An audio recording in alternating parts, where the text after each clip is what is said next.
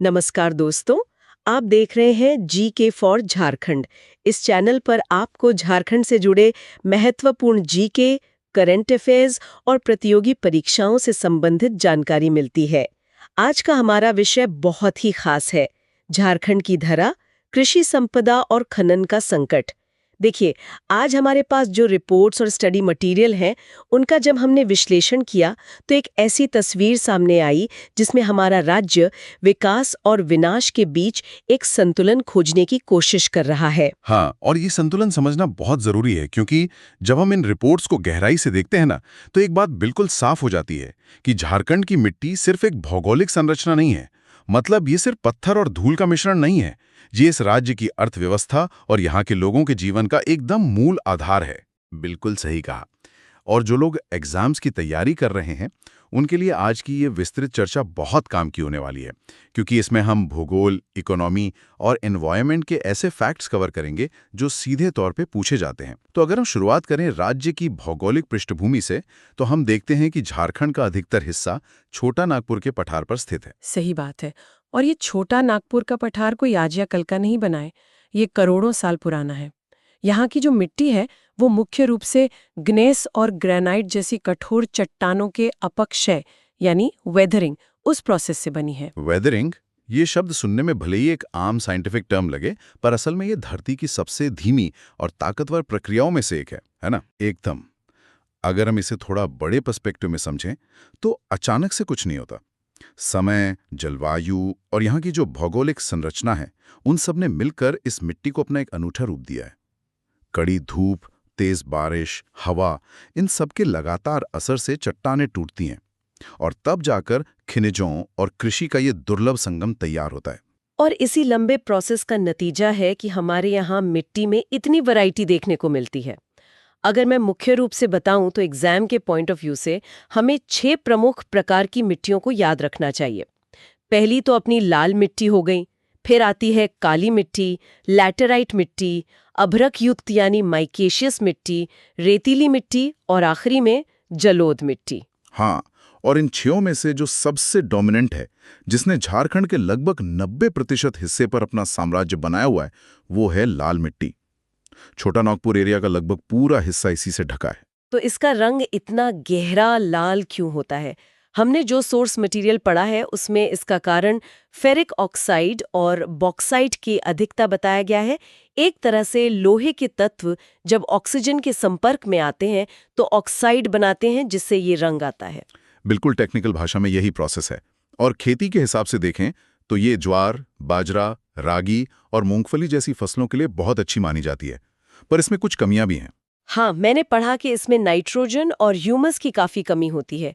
Humus यानी जो organic matter होता है मिट्टी में। सही पकड़ा। ह्यूमस की कमी एक बड़ी चुनौती है, जिसे सही उर्वरक और फर्टिलाइजर मैनेजमेंट से सुधारा जा सकता है। अब अगर हम लाल मिट्टी से आगे बढ़ें तो राजमहल के पहाड़ी क्षेत्रों में हमें काली मिट्टी मिलती है। इसकी सबसे बड़ी खासियत पता है क्या है? ये नमी को, मॉइस्चर को बहुत अच्छे से रोक कर रखती है। मतलब बारिश का पानी सोख लेती है, जो बाद में फसलों के काम आता है। और फिर पलामू और सिंहभूम की तरफ जो लेटराइट मिट्टी मिलती है, वहां तो हाई टेम्परेचर और बहुत ज्यादा बारिश होती है, जिसके कारण उसके पोषक तत्व अक्सर बह जाते हैं। एकदम सही। और आपने उस शाइनिंग सॉइल का भी जिक्र किया था, अभ्रक युक्त मिट्टी। ये कोडरमा, हजारीबाग और बरकागांव की जो माइका बेल्ट है, वहां मिलती है। ये हल्के गुलाबी से पीले रंग की होती है। पर दुख की बात यह है कि इस अभ्रक वाली मिट्टी में सिंचाई की सुविधाओं की बहुत कमी है, वरना ये काफी उपजाऊ हो सकती थी। और अगर सबसे उपजाऊ मिट्टी की बात करें तो वो संथाल परगना के ईस्टर्न साइड में जो साहिबगंज और पाकुर का इलाका है, वहां की जलोढ़ मिट्टी है। हाँ, ये जलोढ़ यानी अलूवियल सॉइल राज्य की सबसे नई मिट्टी है। गंगा बेसिन के आने की वजह से यहाँ भांगर और खदर मिलते हैं और यहाँ धान और गेहूं की बम्पर पैदावार होती है। ये तो हो गई हमारी कृषि संपदा की बात। लेकिन, और ये बहुत बड़ा लेकिन है, एक बहुत ही गंभीर संकट इस धरा पर मंडरा रहा है। आप खनन के संकट की बात कर रहे हैं ना? गुमला और लोहरदागा में पिछले 30 सालों से जो बॉक्साइट की माइनिंग चल रही है, उसने असल में वहां की उपजाऊ जमीन को बंजर बना दिया है। हमारे पास जो आंकड़े हैं वो बहुत डरावने हैं। लगभग 7,864 एकड़ कृषि भूमि 27 लीज पर और 1,814 एकड़ जमीन 13 बॉक्साइट लीज में फंसी हुई है। ये आंकड़े सुनने में सिर्फ नंबर्स लगते हैं, पर जमीन पर इसका असर बहुत भयानक है। बगरो और कुजम माइंस का ही उदाहरण लीजिए। वहां भारी प्रदूषण और धूल की वजह से पूरा इकोसिस्टम बर्बाद हो रहा है, और इसके पीछे का जो साइंटिफिक रीजन है वो है टॉप सॉइल का विनाश। टॉप सॉइल मतलब मिट्टी की सबसे ऊपरी परत, जो शायद 15 से 30 सेंटीमीटर की होती है। बिल्कुल, यही वो परत है जिसमें सारे पोषक तत्व और जीव होते हैं जो खेती के लिए जरूरी हैं। प्रकृति को इस एक परत को बनाने में हजारों साल लग जाते हैं, पर जब खनन शुरू होता है तो भारी मशीन्स आती हैं और इस पूरी परत को एक झटके में हटा देती हैं। एक बार ये टॉपसॉइल चली गई तो समझिए मिट्टी की जान चली गई। तो इसका आम जीवन पर असल मतलब क्या निकलता है? इसका मतलब ये है कि मिट्टी अपनी नेचुरल फर्टिलिटी खो देती है। हमारी रिपोर्ट्स दिखाती हैं कि खनन के बाद ऐसी जमीन पर गोंदली और घास जैसी बेसिक फसलें तक नहीं उग पाती हैं। खेत जो कभी हरे भरे थे, अब धूल और माइनिंग वेस्ट के डंपिंग ग्राउंड बन गए हैं। और इस विनाश की सबसे भारी कीमत कौन चुका रहा है? इंसान, विशेषकर वहां के स्थानीय लोग। अगर हम असुर जनजाति का उदाहरण लें, जो नेतरहाट के पठार पर रहती है, ये झारखंड की आदिम जनजातियों में से एक है, और इनकी आबादी अब सिर्फ 22,457 रह गई है। ये सच में बहुत ही संवेदनशील मुद्दा है।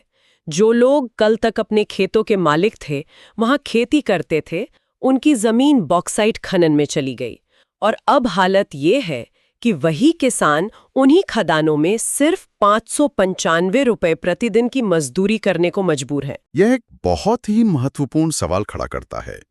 विकास की इस पूरी प्रक्रिया में आखिर कीमत कौन चुका रहा है? उनका पूरा सामाजिक और आर्थिक ढांचा बदल गया है। आज स्थिति इतनी गंभीर है कि अगर किसी वजह से 2 दिन भी खनन का काम रुक जाए ना, तो इन परिवारों के सामने भुखमरी की नौबत आ जाती है। ये तो सच में बहुत दुख की बात है। एक तरफ तो ये दिखने वाला विनाश है जो खदानों की वजह से हो रहा है, और दूसरी तरफ एक अदृश्य संकट भी है जो जमीन के अंदर ही अंदर चल रहा है। मैं बात कर रही हूँ मिट्टी की अम्लीयता की, यानी एसिडिक सॉइल्स की। हाँ, और ये संकट काफी फैला हुआ है। अगर हम डेटा देखें तो झारखंड का लगभग 84.9% हिस्सा, जो करीब 6.7 मिलियन हेक्टेयर्स होता है, वो इस एसिड सॉइल्स की चपेट में है। यहाँ मिट्टी का पीएच लेवल 5.5 से भी नीचे जा चुका है।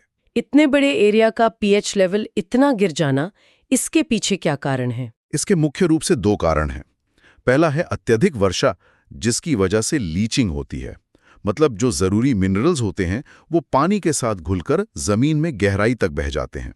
और दूसरा बड़ा कारण है खनन से निकलने वाले केमिकल तत्व जो मिट्टी में मिल जाते हैं। और जब ये पीएच लेवल 3.5 या 4.5 तक गिर जाता है, तो इसका असर खेती पर कैसा पड़ता है? देखिए, इतने कम पीएच पर मिट्टी में मौजूद एल्यूमिनियम और लोहा, जो पहले नॉर्मल थे, वो विषैले या टॉक्सिक हो जाते हैं। इस टॉक्सिसिटी की वजह से फसलों की जड़ों का विकास रुक जाता है और उत्पादकता में 25 से 50% तक की भारी गिरावट आती है। 25 से 50%? ये एक किसान के लिए बहुत बड़ा नुकसान है। और इस समस्या को बढ़ाने में हमारी कानूनी खामियों का भी बहुत बड़ा हाथ है। अगर हम वन भूमि यानी फॉरेस्ट लैंड और कृषि भूमि के कानूनों का अंतर देखें, तो वहां एक बड़ा गैप नजर आता है। बिल्कुल सही पकड़ा आपने। फॉरेस्ट लैंड पर माइनिंग की परमिशन लेना बहुत जटिल है। उसके लिए राज्य और केंद्र दोनों की मंजूरी चाहिए होती है। लेकिन एग्रीकल्चरल लैंड पर अगर किसी को लीज चाहिए, तो वो डिप्यूटी कमिश्नर या उपायुक्त के लेवल से काफी आसानी से मिल जाती है। और इसी के साथ छोटा नागपुर टेनेंसी एक्ट, जो CNT एक्ट है, उसकी धारा 49B का भी जिक्र आता है। ये धारा किसानों की जमीन को खनन या इंडस्ट्री के लिए आसानी से ट्रांसफर करने की छूट देती है, और यही कारण है कि हमारी उपजाऊ कृषि भूमि तेजी से कम हो रही है। पर देखिए, जहां समस्या है वहां समाधान भी है। और यहां सबसे दिलचस्प बात यह है कि हमारे पास वैज्ञानिक और प्रशासनिक दोनों तरह के उपाय मौजूद हैं। जैसे राष्ट्रीय सतत कृषि मिशन यानी NMSA और 2015 में शुरू की गई सॉइल हेल्थ कार्ड योजना। हाँ, ये सॉइल हेल्थ कार्ड योजना तो काफ़ी पॉपुलर हुई है। इसमें मिट्टी की टेस्टिंग होती है और उसके आधार पर किसानों को बताया जाता है कि उन्हें कितना और कौन सा फर्टिलाइजर यूज़ करना चाहिए। मैंने पढ़ा है कि इसमें 12 वैज्ञानिक मानक होते हैं। एकदम सही। ये 12 पैरामीटर्स बहुत साइंटिफिकली डिजाइन किए गए हैं। पहले आते हैं प्राइमरी न्यूट्रिएंट्स, नाइट्रोजन, फॉस्फोरस और पोटेशियम। फिर सेकेंडरी में सल्फर आता है। उसके बाद माइक्रोन्यूट्रिएंट्स हैं जैसे जिंक, आयरन, कॉपर, मैंगनीज और बोरोन। और आखिर में फिजिकल पैरामीटर्स हैं जैसे पीएच लेवल, इलेक्ट्रिकल कंडक्टिविटी और ऑर्गेनिक कार्बन। ये तो बिल्कुल मिट्टी की एक तरह से कंप्लीट ब्लड रिपोर्ट निकालने जैसा हो गया। और अगर इस रिपोर्ट में मिट्टी अम्लीय निकल आई तो फिर उसका उपचार कैसे होता है? उसके लिए सबसे प्रभावी तरीका है लाइनिंग। इसमें मिट्टी में कैल्शियम कार्बोनेट यानी चूना मिलाया जाता है। अगर कतार में चूना डाला जाए और साथ ही जैविक खाद यानी ऑर्गेनिक मैटर का उपयोग किया जाए तो मिट्टी की बफरिंग क्षमता सुधर जाती है। ये बफरिंग क्षमता मिट्टी को अचानक से एसिडिक या बेसिक होने से रोकती है। और इसमें फसलों की चॉइस भी बहुत मायने रखती है ना? जैसे चावल और आलू हाईली टॉलरेंट है, मतलब वो थोड़ी अम्लीयता सह लेते हैं, लेकिन टमाटर और गाजर जैसी फसलें कम सह पाती हैं। सही बात है। ये तो हो गया वैज्ञानिक उपचार। पर जो खदान से नुकसान हो रहा है उसके लिए कॉर्पोरेट जिम्मेदारी का भी एक रूल है, mineral conservation and development rules 1988, जिसका रूल 34 बहुत क्लियरली कहता है कि माइनिंग के बाद भूमि का रेक्लेमेशन और पुनर्वास अनिवार्य है। हाँ, इस रूल के हिसाब से 3 स्टेप्स होने चाहिए। पहले एक्सकवेशन यानी खुदाई, फिर बैकफिलिंग यानी खदान को वापस भरना, और आखिर में रिफॉरेस्टेशन यानी पेड़ लगाना। पर जमीनी हकीकत तो कुछ और ही कहानी कहती है। रिपोर्ट्स बताती हैं कि 75% किसानों का मानना है कि कंपनियां जमीन को वापस बैकफिल करती ही नहीं है। और यही सबसे बड़ी ट्रेजेडी है। कंपनियां कॉस्ट बचाने के चक्कर में उन बड़े गड्ढों को वैसे ही खुला छोड़ देती हैं। इसको रोकने के लिए फॉरेस्ट डिपार्टमेंट और प्रशासन को अपना मिटिगेशन प्लान और कैचमेंट एरिया ट्रीटमेंट बहुत सख्ती से लागू करना होगा। तो अगर हम इस पूरी चर्चा का निष्कर्ष निकालें तो ये साफ है। निष्कर्ष यही है कि ये औद्योगिक विकास और परिस्थिति की संरक्षण के बीच संतुलन ही एकमात्र रास्ता है। किंजों से इकोनॉमी जरूर चलती है, लेकिन वैज्ञानिक तरीकों और सख्त नीतियों के बिना हम अपना सबसे बड़ा रिसोर्स खो देंगे। हमारा लक्ष्य होना चाहिए खनन के दंश से जमीन को मुक्त कर आम जनजातियों और कृषि को बचाना। तभी इस लाल मिट्टी का गौरव वापस लौटेगा। एकदम सही कहा आपने। और यहीं आकर मैं दोस्तों के लिए एक आखिरी सवाल छोड़ना चाहती हूँ। जरा सोचिए, क्या जिस खनिजों की चमक ने झारखंड को पूरी दुनिया में पहचान दी है, वही चमक एक दिन यहाँ के किसानों के खेतों की हरियाली को हमेशा के लिए निगल जाएगी? या हम समय रहते अपनी मिट्टी की सेहत को फिर से संवार पाएंगे? ये एक ऐसा सवाल है जिस पर हम सबको सोचना चाहिए। बिल्कुल, ये सच में एक डीप डाइव था इन रिपोर्ट्स पर। अगर आपको ये जानकारी अच्छी लगी हो तो वीडियो को लाइक करें, कमेंट करके अपनी राय जरूर बताएं और चैनल जीके फॉर झारखंड को सब्सक्राइब करना ना भूलें। धन्यवाद।